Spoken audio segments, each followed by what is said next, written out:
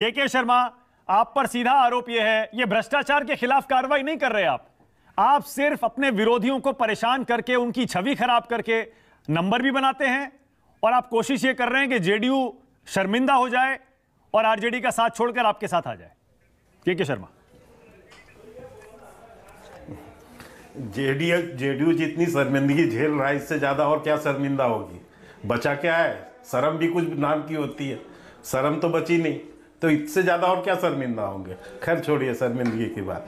विषय ये है सीधा सीधा मानस जी कि विपक्ष के पास कोई विषय है नहीं, मुद्दे हैं नहीं, और जो भ्रष्टाचार में डूबे हुए हैं, कार्रवाई तो होके रहेगी।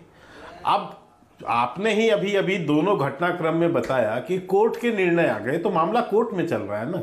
कोर्ट ने सम्मन दिया हुआ है, कोर्ट जो है उनको उसमें रिमांड पे भेज रही है या जेल भेज रही है।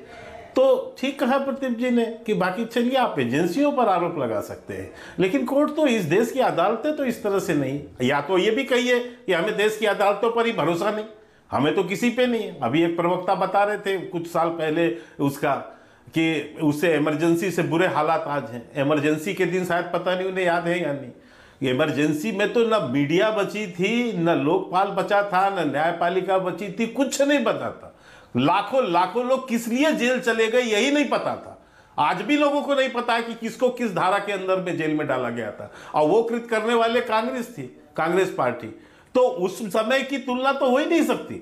उस समय तो जो है 17 महीने 19 महीने जो है जैसे संविधान को जल यानी हथकड़ी लगा दिया। के शर्मा, ये हालात थे। आप पर आरोप तो वो हालात को उससे तुलना करना तो बड़ा दुर्भाग्य। लेकिन मैं सुनिए, मैं आता हूं, मैं उसी पे आ रहा जी। आरोप यह है के शर्मा, पिछले चुनाव से पहले प्रधानमंत्री ने कहा था मैं जेल के दरवाजे तक इन सबको ले आया, 5 साल और दे दो। भाई 4 साल निकल गए, जितने भ्रष्टाचार के केस चल रहे हैं उनमें बताइए कितने लोगों को आपने जेल कराई अब तक, कन्विक्शन कितने कराए? नहीं, ये कन्विक्शन हमारा काम नहीं है साहब, सरकार का काम नहीं है, ये एजेंसियों का काम है, ये अदालतों का काम है। और लोग जा रहे हैं ना, कैसे चलेगा सिसोदिया जेल के अंदर, कैसे चलेगा चिदंबरम जेल के अंदर? ये सब गए हैं ना, डीके शिव कुमार कैसे गए?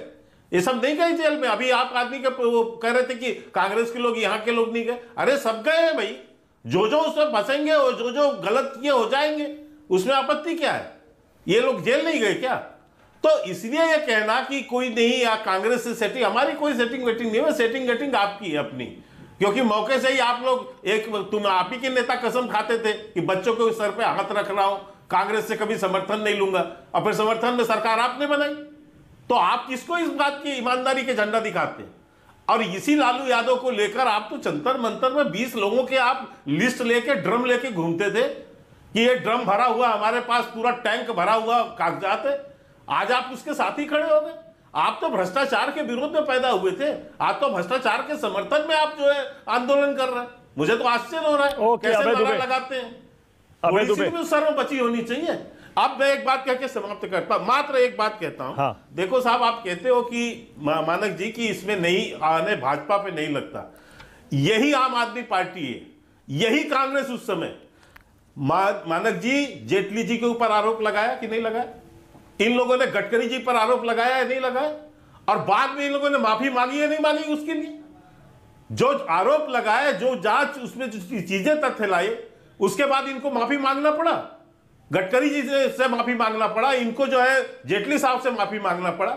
यदि आप ईमानदार किसी उस पर लगाएंगे तो आपका वो भी इस देश में